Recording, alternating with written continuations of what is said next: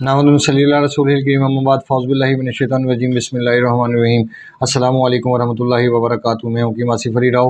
आज का जो मौज़ूम तरतीब दे रहे हैं वो त्रिफला के बारे में। और याद रखिए कि हम इसको हरीर बहरा आमला इसको त्रिफला कहा जाता है। इसके बारे में ये जो वीडियो ये इंतहाई शानदार होगी आप तमाम अहबाब दोस्तों के लिए, और आपको बहुत कुछ समझने में हेल्प भी देगी। इसका जो प्योर मिजाज बनेगा वो खुश्क सर्द बनेगा। और खुश्क सर्द का मतलब है कि ये कीमियावी तहरीक रखती है दिल की, कि जहाँ पे चीज़ों को बनाने के साथ साथ रोका जा सके। यानी एसिडिटी का बनने का अमल भी होता है और ये रुकने का अमल भी होता है। रतूबत को खुश्क करने का काम करती है और पानी को तेज़ी के साथ ड्राई करना स्टार्ट कर देती है इंसान की बॉडी का। अब यहाँ पे मुख्तसर सा एक वाक़या मैं आपके गोश गुज़ार करना चाहता हूँ, क्योंकि मैं जो वीडियोज़ बनाता हूँ मेरी कोशिश होती है कि मेरी ज़िंदगी के जो तजर्बात हैं, क्योंकि मैंने किताबों में तो जो पढ़ा ही पढ़ा है वो तो पढ़ा ही पढ़ा है, लेकिन जो मैंने ज़िंदगी के अंदर तजर्बात किए हैं वो किताबों से बिल्कुल हट के हैं। अगर हम किताबों को देखें तो किताबों में हमें एक लकीर का फ़कीर ज़रूर बनाया गया है। जैसे मिसाल के तौर पे हमें जो चीज़ें बताई जाती हैं कि गर्मी का जब इज्तिमा बढ़ जाता है, और गर्मी का जो डेफिनेशन है वो नहीं की जाती कि गर्मी की डेफिनेशन क्या है। अब गर्मी की डेफिनेशन तो हर बंदा नहीं जानता। यहाँ पे तो मरीज़ कहते हैं कॉल करके कि हमें जिस्म में गर्मी बढ़ गई है। अब जैसे किसी इंसान के अंदर हरारत बढ़ जाती है तो त्रिफला उस जगह तो इस्तेमाल किया जा सकता है क्योंकि इसका मिजाज खुश्क सर्द है। लेकिन अगर किसी इंसान के अंदर पहले से ही ड्राइनेस है, खुश्की मौजूद है, सर में खुश्की मौजूद है, बॉडी में ड्राइनेस फील होती है, पेशाब कम आता है, गैसेस मौजूद हैं, कॉन्स्टिपेशन मौजूद है, तो याद रखिए कि ऐसी हालत में त्रिफले का इस्तेमाल इंसान के लिए ज़हर कातिल साबित होता है और इंसान को कैंसर तक की स्टेज पहुँचाने में बड़ा अहम किरदार अदा कर सकता है, और वो भी कुछ ही टाइम के अंदर। इसके बारे में गलत फहमी में मत रहिएगा। ये एक ऐसी चीज़ है कि जो मेरी नज़र के अंदर एक आम इंसान के लिए बहुत ज़्यादा नुकसानदेह साबित हो सकती है, पाकिस्तान के हवाले से बल्कि पूरी दुनिया के हवाले से। देखिए अल्लाह रब्बुल इज़्ज़त ने कोई चीज़ पैदा की है, ज़ाहिर सी बात है उसको उसका एक मकसद है। अब ऐसा तो नहीं है कि वो मकसद के बिना पैदा कर दी गई हो। अल्लाह पाक ने कोई चीज़ पैदा की है, उसके पीछे एक पूरी लॉजिक है मेरे रब की। लेकिन बात यह है कि एक आम इंसान क्या तसव्वुर कर सकता है, एक मेडिसिन का इस्तेमाल ऐसे ही मुँह उठा कर ले, चाहे वो हरीर बहीड़ा आमला ही क्यों ना हो, त्रिफला ही क्यों ना हो। ओ बाबा, कोई भी चीज़ है, चाहे वो दारचीनी है, चाहे वो लौंग है, चाहे वो त्रिफला है, चाहे वो इसके अलावा दूसरी चीज़ें हैं, ये सब की सब इंसानों के लिए बनाई गई हैं। लेकिन इनका इस्तेमाल आप ऐसे मुँह उठा के नहीं कर सकते, क्योंकि इनका अपना एक मिजाज है और इनका मिजाज इंतहाई खुश्क सर्द है। और अगर आपकी बॉडी में रतूबात नहीं है तो भाई आप इसके इस्तेमाल की गलती भी मत कीजिएगा। जैसे आपकी बॉडी में पहले सीने में जलन मौजूद है, दिल की घबराहट बेचैनी होती है, आपके दिल का दबाव ज़्यादा है, दिल की धड़कन तेज़ हो जाती है, आपका फैटी लीवर का मसला है, या कोई भी इस किस्म के आपको मसाइल का सामना है, ये आप इसका इस्तेमाल बवासीर है जैसे मिसाल के तौर पे, और खुदा न खास्ता अब यहाँ पे कोई बेवकूफ़ इंसान अब इसको समझते हुए कि ये कब्ज़ कुशा है और ये बवासीर के मरीज़ को दे दी जाए, तो आप तसव्वुर नहीं कर सकते कि आने वाले वक्त में उस बंदे के साथ क्या कुछ हो सकता है।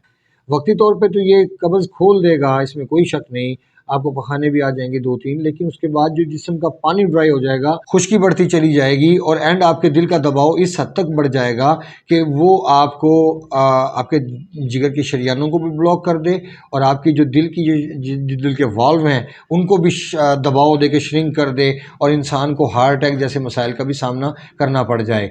क्योंकि त्रिफला जब पानी को खुश्क करता है तो पानी का ड्राई होना बॉडी का, इसका मतलब है कि आपकी रतूबात सूख गई। जब किसी पेड़ के पानी को खुश्क कर दिया जाए तो आपको पता है कि उसके पल्ले क्या बचता है, एक सिर्फ खुश्क लकड़ी के अलावा कुछ नहीं, क्योंकि रतूबत थी जो उसमें लचक रखे हुए थी। जब वो रतूबत खुश्क हो गई तो वो एक लकड़ी की माने सूख गई, और उसके बाद उसको आप जला लें, उसको आप अपने लिए जहाज़ बनाना चाहें, कश्ती बनाना चाहें, बना के उसको आप दरिया में समंदर में छोड़ दें। अब सिर्फ कोई भी किसी किस्म फर्नीचर बना सकते हैं, काम ले सकते हैं, लेकिन जिस उसमें पानी मौजूद है वो ऑक्सीजन मुहैया कर रहा है, वो आपको फल मुहैया कर रहा है। आप इस बात से अंदाज़ा लगा सकते हैं कि जिस्म के अंदर पानी की जो ज़रूरत है वो किस हद तक, जिन लोगों को स्पेशली नज़ला ज़ुकाम होता है, असाबी रतूबात हों, अगर वो पानी नाक से उसके बहता है, वो बिल्कुल ठंडा पानी है और उसको सर्दी ज़्यादा लगती है, तो फिर तो आप चले मान लेते हैं कि किसी हद तक आपको हरीर बहीड़े आमले का इस्तेमाल कर लेना चाहिए, क्योंकि हल्की फुल्की कब्ज़ भी होती है, पानी भी ज़्यादा होता है जिस्म में, तो वो खाने से वो ड्राई हो जाता है। और जो नज़ला होता है, ज़ुकाम, सॉरी नज़ला तो होता नहीं है, उस कैफियत में ज़ुकाम होता है जो नाक के ज़रिए पानी आता है, और जब वो पानी आता है तो फिर उसके अंदर उसको ड्राई करने के लिए जैसे आप हरीर बहेड़ा आमले का इस्तेमाल करते हैं या आप दालचीनी या लौंग का इस्तेमाल करते हैं, तो वो पानी ड्राई होना स्टार्ट हो जाता है। जब पानी ड्राई हो जाता है फिर इसको छोड़ दिया जाए। अगर उसके बावजूद भी इसका इस्तेमाल जारी रखा जाएगा तो यकीनन बॉडी के बाल झड़ जाएंगे, बवासीर जैसे मसाइल का सामना करना पड़ जाएगा, टाइफाइड जैसे मसाइल का सामना करना पड़ जाएगा। ये नॉर्मल बात नहीं है, अगर आप सोचें तो ये बहुत बड़ी बात है कि अगर आप इसको सोचें तो मैं ज़िंदगी में बहुत कम चीज़ों से डरता हूँ, लेकिन जितना मैं खुश चीज़ों से डरता हूँ इसके इस्तेमाल करने से, क्योंकि इसके बॉडी के अंदर जो नुकसानात होते हैं वो इंसान की सोच से ज़्यादा ख़तरनाक साबित होते हैं। जैसे शिंगरफ का इस्तेमाल बहुत कम ज़िंदगी में देखा गया है, उसका इस्तेमाल ही बहुत कम होता है। उसके बाद दालचीनी और लौंग जैसी चीज़ों का इस्तेमाल भी बहुत शाज़ व नादर, मतलब बहुत कम मरीज़ ऐसे मिलते हैं कि जिनको हम दालचीनी या लौंग टाइप चीज़ें इस्तेमाल करवाते हैं। लेकिन अगर एक आम इंसान जिसकी नींद पहले ही नहीं आ रही, जिसकी जिस्म में पहले ड्राइनेस ज़्यादा है और वो हरीर बेड़ा आंवला या त्रिफले का इस्तेमाल करेगा तो यकीनन आने वाले वक्त में उसका एक नुकसान भी इंसान के सामने होगा। फिर इसका एक जुड़ा हुआ एक वाक़या मैं आपको छोटा सा कोट कर देता हूँ जो मेरी अपनी फैमिली से, मेरे अपने घर से जुड़ा हुआ है, ताकि आपको समझने में आसानी हो। मेरे वालिद साहब को शुगर थी लंबे टाइम से, जब मैं तबीब नहीं बना था। तो वालिद साहब को शुगर होने के बाद आई बात तबीब बना काफ़ी टाइम के बाद, जब बाबा जी को इंसुलिन लगना स्टार्ट हो गई, तो इंसुलिन लगने के साथ वो एक टाइम ऐसा गुजरा को 8-10 साल का बीच में दौरानिया गुजरा कि उनकी जो शुगर थी वो टाइप 1 से टाइप 2 में कन्वर्ट हो गई।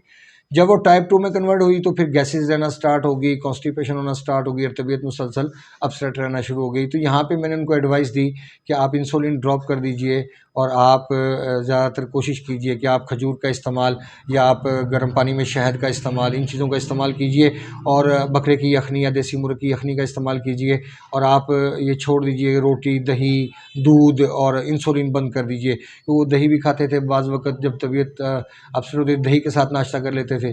तो मैंने उनको 12 दफ़ा समझाया लेकिन उन्होंने मेरी बात पे अमल नहीं किया, जिसके बाद एक दिन उनको यही त्रिफला जिसको आप बोलते हैं, हरीर बहेड़ा आंवला और इसमें सना मक्खी और इसमें शायद नमक शमक शामिल था, इस किस्म की चीज़ें थी। तो वो वालिद साहब ने मुझसे पूछे बिना कहीं से वो मेडिसिन बन के तैयार होके आई थी और मुझे बिल्कुल नहीं पता था, और उन्होंने मुझसे पूछे बिना वो कब्ज़ के तौर पे उसको इस्तेमाल कर लिया।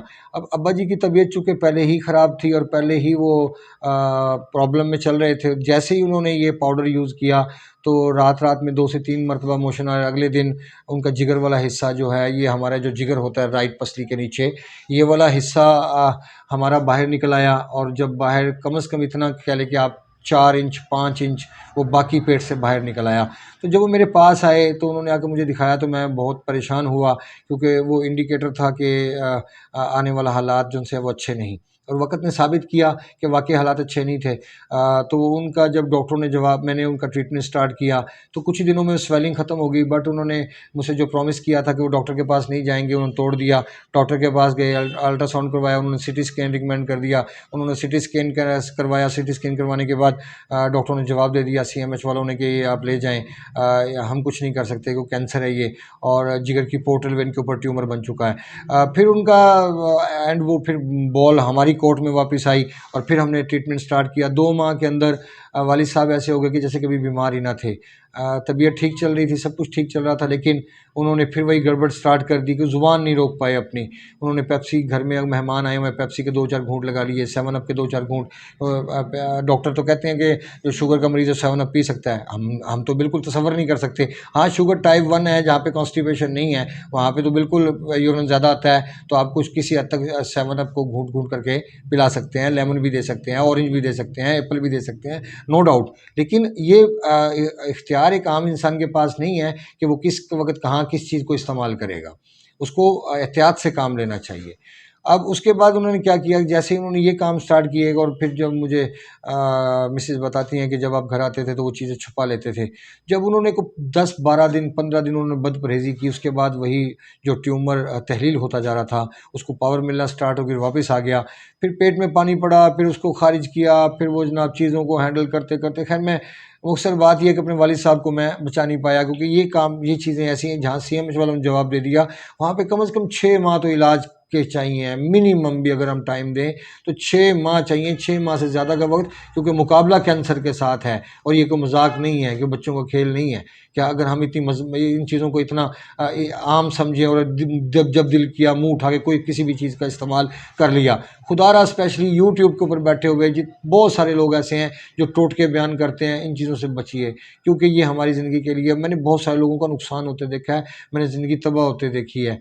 तो भाई माज़रत के साथ त्रिफले का जो इस्तेमाल है वो सिर्फ चंद लोग ही कर सकते हैं, और वो भी उंगलियों पे गिने जाएंगे, शायद चंद एक, और आम इंसान इसके बारे में सोच भी नहीं सकता, और इसका इस्तेमाल तो करना एक आम इंसान के लिए नामुमकिन सी बात है। हाँ, ये है कि अगर इसके जो फ़ायदे लिखे हुए हैं, फ़ायदे तो हर चीज़ के हैं, फ़ायदे किस चीज़ के नहीं हैं, लेकिन आपको ये तो पता होना चाहिए कि ये प्रॉब्लम जो फ़ायदे लिखे गए हैं, ये अगर उस सूरत में नुकसान पहुँचता है जब रतूबात बढ़ जाए हमारे जिस्म में, जब जिस्म के अंदर ठंडक बढ़ जाए, तो उस सूरत के अंदर वो हमें नुकसानात जो होते हैं उस हवाले से, जैसे सिंगरैनी है, अब सिंगरैनी के हवाले से भी आप इसको इस्तेमाल करवा सकते हैं। यकीनन जब ये रतूबात, क्योंकि सिंगरैनी होती है साबी रतूबात के हवाले से, जब जिस्म में ठंडक बढ़ जाती है, यहाँ पे IBS को भी सिंगरैनी कहा जाता है, हालांकि IBS बिल्कुल डिफरेंट चीज़ है। बहरकैफ इसका इस्तेमाल करने में इंतहाई एहतियात से काम लीजिए, अपने दोस्त अहबाब का ख्याल रखिए।